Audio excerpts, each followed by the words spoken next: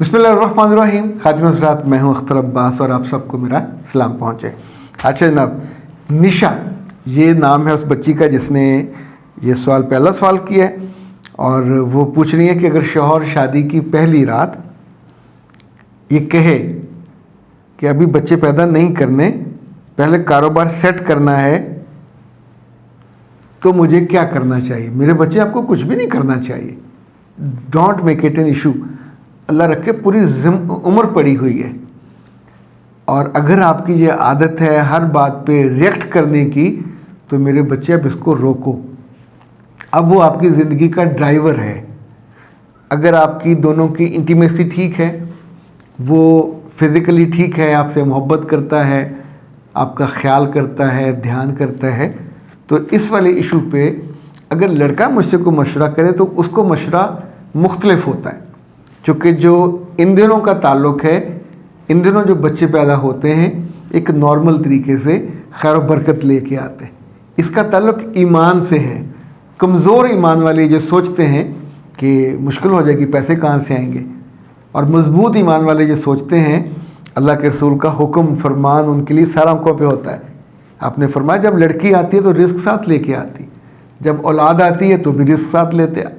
तो ये इतनी मानी हुई शर्तिया बात है, पर जब हमारा ईमान कमज़ोर हो तो इस तरह की बात लड़के कर देते हैं।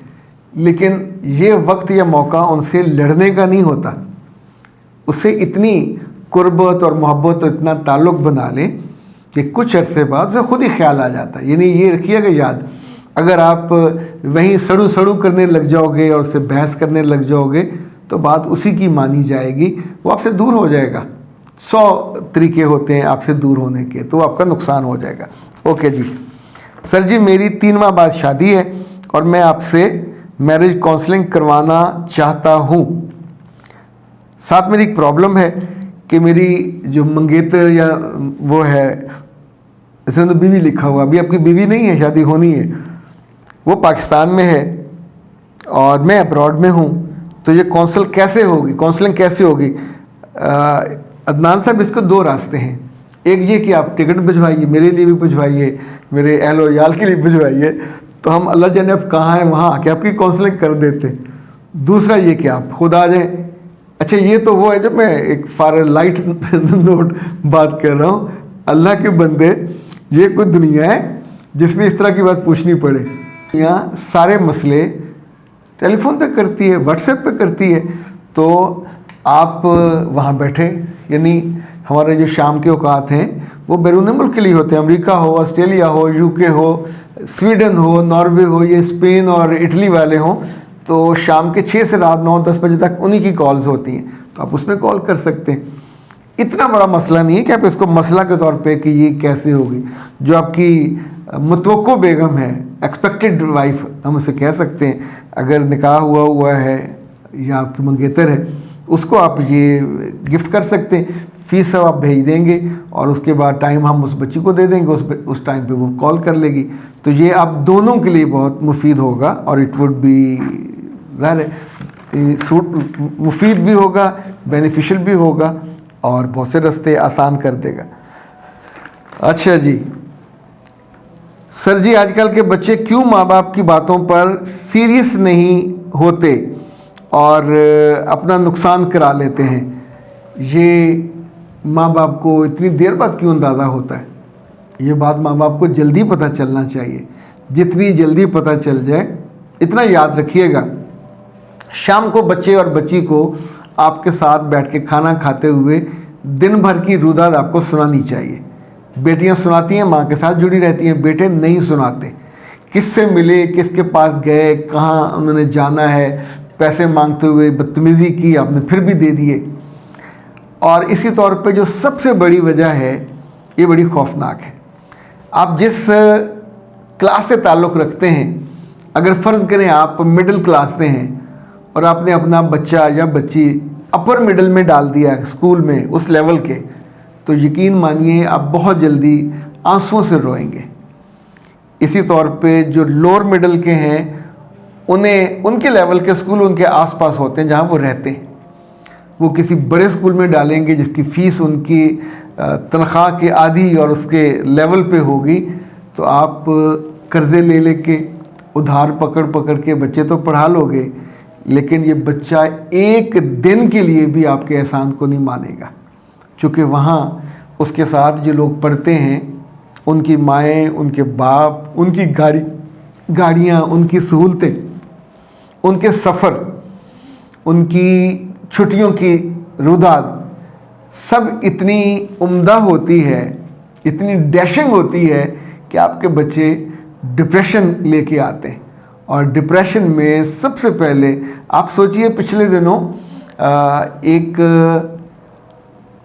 ड्राइवर था, कभी खबर आती है पीएन था, कभी खबर आती है माली था। अच्छा, इन्होंने अपने बच्चों को गवर्नमेंट स्कूलों से पढ़वाया होता है। जब इनके बच्चे मेहनत करके डॉक्टर बनते हैं, पोजीशन लेते हैं बोर्ड में, और वज़ीर आला उनको इनाम देता है या देती है, तो आप सोचिए कि उस वक्त माँ बाप की, यानी मैंने फैसलाबाद में एक बच्चे को अपने बाप के पाँव चूमते भी देखा, उसने ग्रेजुएशन को टॉप किया था। उन्होंने अपनी क्लास नहीं तोड़ी। इसी तौर पे अभी कुछ तालीमी इदारे हैं जो आउटरीच प्रोग्राम करते हैं, यानी गरीब लोगों के बच्चों को मुख्तलिफ़ शहरों से वो चुनते हैं, टेस्ट लेते हैं, फिर उनको अंग्रेज़ी सिखाते हैं, फिर उनको वो मैनरिज्म सिखाते हैं, लम्स भी करता है, IBA भी करता है। फिर जब 6 माह के प्रोग्राम में वो तैयार हो जाते हैं, ये वो अल्लाह के लिए करते हैं, यानी इसमें वो उनसे फ़ीस नहीं लेते। फिर वो कहते हैं no it's a open session, अब तुम एग्ज़ाम दो, पास हो गए तो तुम्हें फिर हम आगे ले जाएंगे, फ्री पढ़ाएंगे सारी उम्र।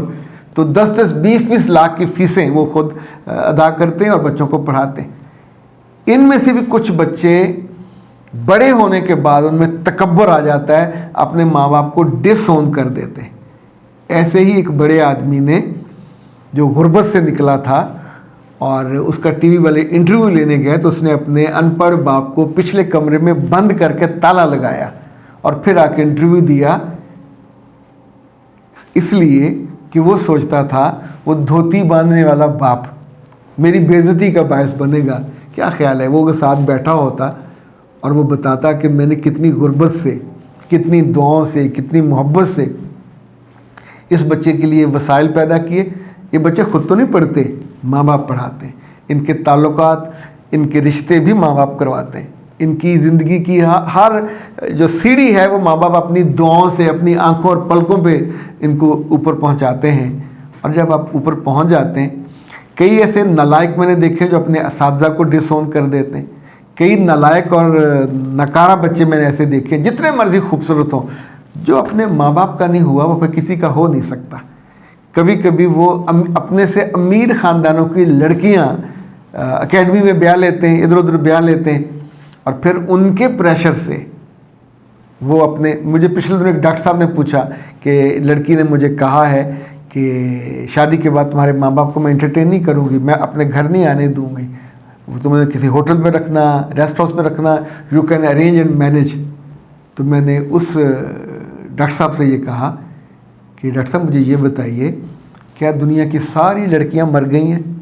She is the only one कि जिसकी इतनी बदतमीज़ी, इतनी रौनत और इतनी नाफरमानी आप सहोगे कि वो आपकी माँ को और बाप को अपने घर में चाय पिलाने पे राज़ी नहीं। वो कहती मेरे घर ना आए, मैं पहले, ये शादी से पहले उसने ये कहा।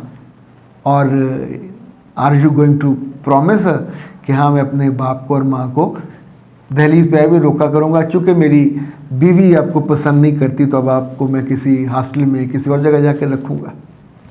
ये वक्त आने से पहले रुकना चाहिए।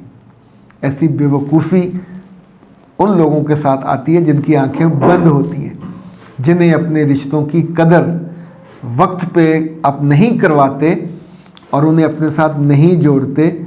देखें, चिड़िया के बच्चे चूंच खोल के बैठे होते हैं जब माँ उन पे लेके आती है, जब बाप उनका दाना मुंह में डालता है। ये बाद में भी जुड़े रहते हैं। मुर्गी अपने बच्चों के जवान होने तक उनके आगे पीछे फिरती है। नामराद जो ही जवान होते हैं तो छोड़ के इधर उधर हो जाते हैं। इंसान के बच्चों को तो जानवरों और परिंदों के बच्चों से मुख्तलिफ होना चाहिए ना। एक औरत एक मर्द की अतात करती है, अपने मियाँ की, जवाबन उसको औलाद मिलती है जो उसकी अतात करे। आप सोचें, आपने अतात की, अब जब आपकी अताअत का वक्त आया, आपको दुआ देने का, मोहब्बत करने का, खिदमत करने का, और वो औलाद आपकी खिदमत न करे, तो आपने क्या पाया?